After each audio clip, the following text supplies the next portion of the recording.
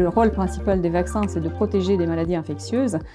Donc la vaccination, on la commence dès la naissance pour certains vaccins et ça va toute la vie pour nous protéger des maladies dues à des bactéries, des virus, des micro-organismes.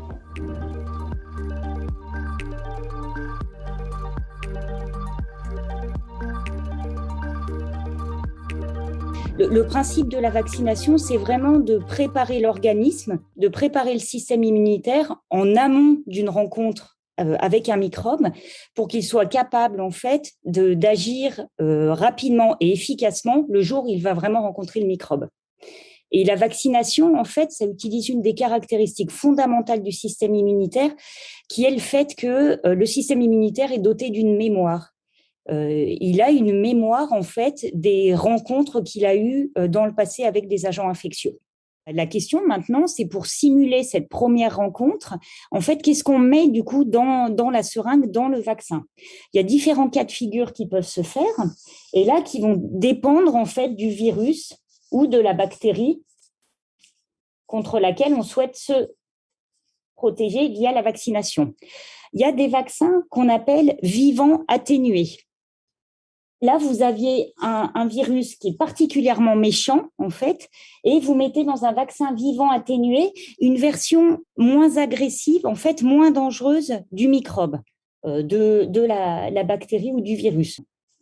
La deuxième grande catégorie sont des vaccins qu'on va appeler tués.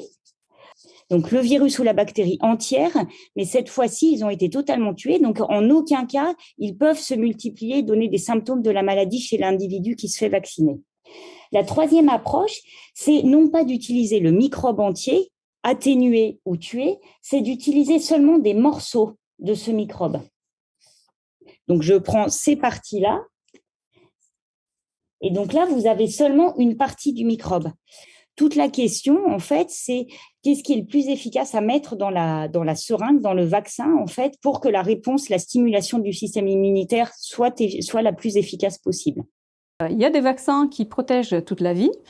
Par contre, il y a des vaccins qui stimulent notre immunité de manière moins longue. Et donc, il y a des rappels à faire de temps en temps. Donc, on a le calendrier vaccinal recommandé pour toute la population, mais les malades qui ont une pathologie chronique, ils sont plus à risque de faire d'autres infections et donc il est conseillé d'avoir d'autres vaccins en plus. Pour la vaccination contre la grippe, elle est conseillée donc, pour les personnes de plus de 65 ans, mais si on a une pathologie chronique, les jeunes de moins de 65 ans ont une recommandation de se faire vacciner parce qu'il y a un risque multiplié par 4, par 10, en fonction de la pathologie, de faire une grippe plus grave, même si on est jeune. Les vaccins vivants atténués, donc comme les microbes sont encore vivants, ce sont des vaccins qui sont généralement contre-indiqués chez des personnes en fait qui sont immunodéprimées. Donc typiquement des personnes qui sont atteintes de maladies auto-immunes ou inflammatoires et qui sont sous traitement immunosuppresseur. En fait, comme elles ont un système immunitaire qui a été atténué par les médicaments, ces vaccins-là sont contre-indiqués parce qu'il y a un risque qui est faible mais qui est non nul, en fait, que le microbe, du coup, soit assez actif dans l'organisme et donne des symptômes sévères de la maladie.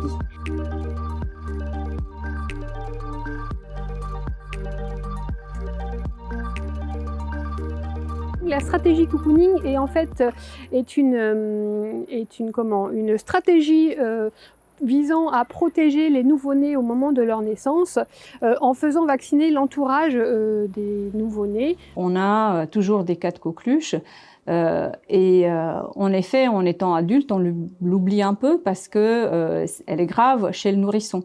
Et donc, c'est pour ça qu'on doit se vacciner quand il y a un nourrisson dans l'entourage pour protéger ce nourrisson avant que lui, il ait ses vaccins. La stratégie cocooning ne s'applique pas qu'aux nouveau-nés, puisqu'ils ne sont pas les seuls concernés par un système immunitaire un petit peu défaillant ou en tout cas en perte de vitesse. Ça peut s'appliquer aussi aux patients les plus âgés, mais également les patients qui souffrent de maladies chroniques ou qui ont un traitement particulier qui affaiblit leur système immunitaire.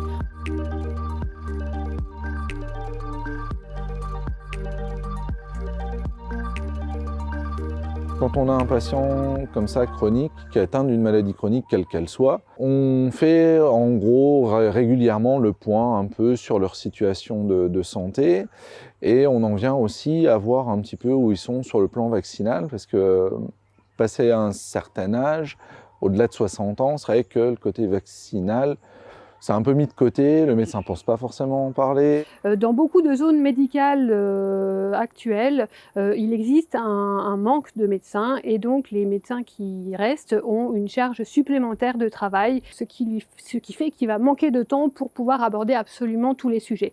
Et souvent, la vaccination n'est pas une priorité au cours de ce temps médical. La place de l'infirmier libéral dans la prise en charge d'un patient chronique, d'un patient avec une maladie chronique, est très importante et on a une place un peu privilégiée parce que le patient voit son médecin traitant ou son spécialiste de façon ponctuelle, nous, il nous voit un peu au quotidien, faire la triangulation entre le patient, l'infirmier et le médecin. Et c'est avec ce travail en collaboration où il y a une bonne prise en charge, une meilleure prise en charge en tout cas du patient. Et là, on est période automnale, il y a la saison de la grippe qui va arriver gentiment.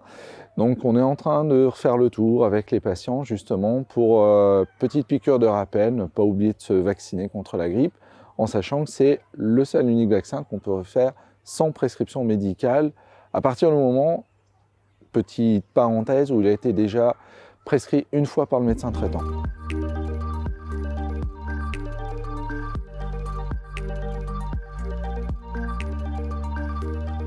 On a souvent des personnes qui viennent à la pharmacie, notamment pour des pathologies chroniques.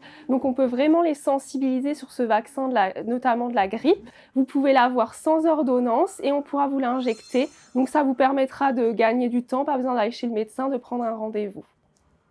Entre vie professionnelle, vie familiale, la vie scolaire des enfants et puis le quotidien des ménages, beaucoup de personnes ne consultent pas régulièrement leur médecin.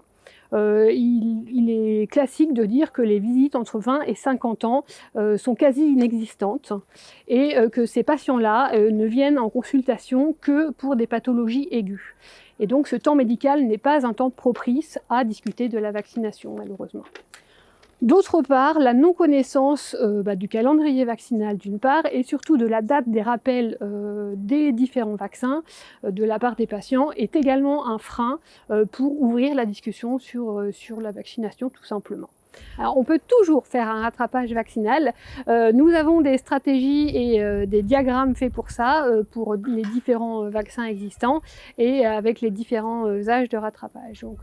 Donc faut pas hésiter à en parler à votre médecin traitant. Si le médecin se rend compte effectivement que la vaccination n'est pas à jour, alors soit lui fait la vaccination, soit il propose des fois, comme on passe quotidiennement chez le patient, qu'on fasse la vaccination sur prescription médicale.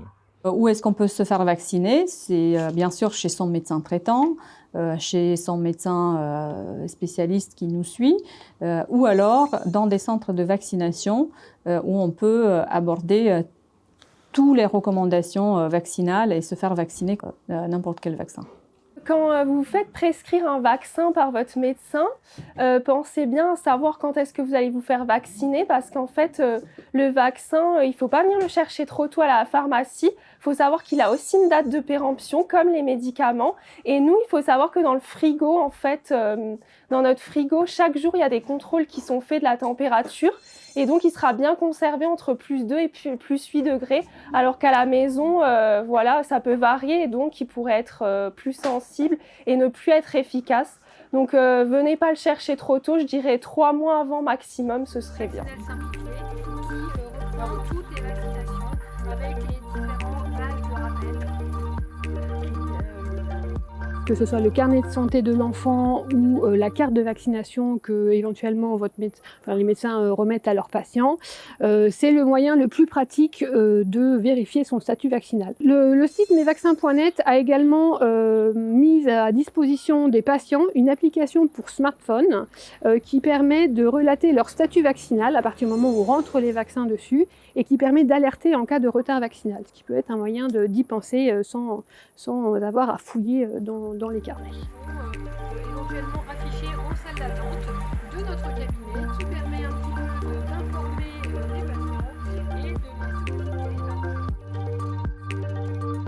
Premièrement, le DT polio, diphtérie, tétanos, poliomyélite, qui est le seul vaccin obligatoire pour tout le monde en France jusqu'à la fin de sa vie. Il faut savoir que pour ce vaccin, DT polio, les rappels essentiels se font à 25 ans, à 45 ans, à 65 ans, puis tous les 10 ans jusqu'à la fin de sa vie. Deuxièmement, la grippe et le zona, qui sont des vaccins fortement recommandés à partir de 65 ans, mais qui peuvent être proposés plus tôt en fonction des pathologies et dans certaines conditions de traitement. Et puis, pour finir, la vaccination contre le pneumocoque, qui est obligatoire avant 24 mois, mais où des rappels peuvent être proposés aux patients qui présentent des problèmes de santé particuliers et notamment des pathologies chroniques.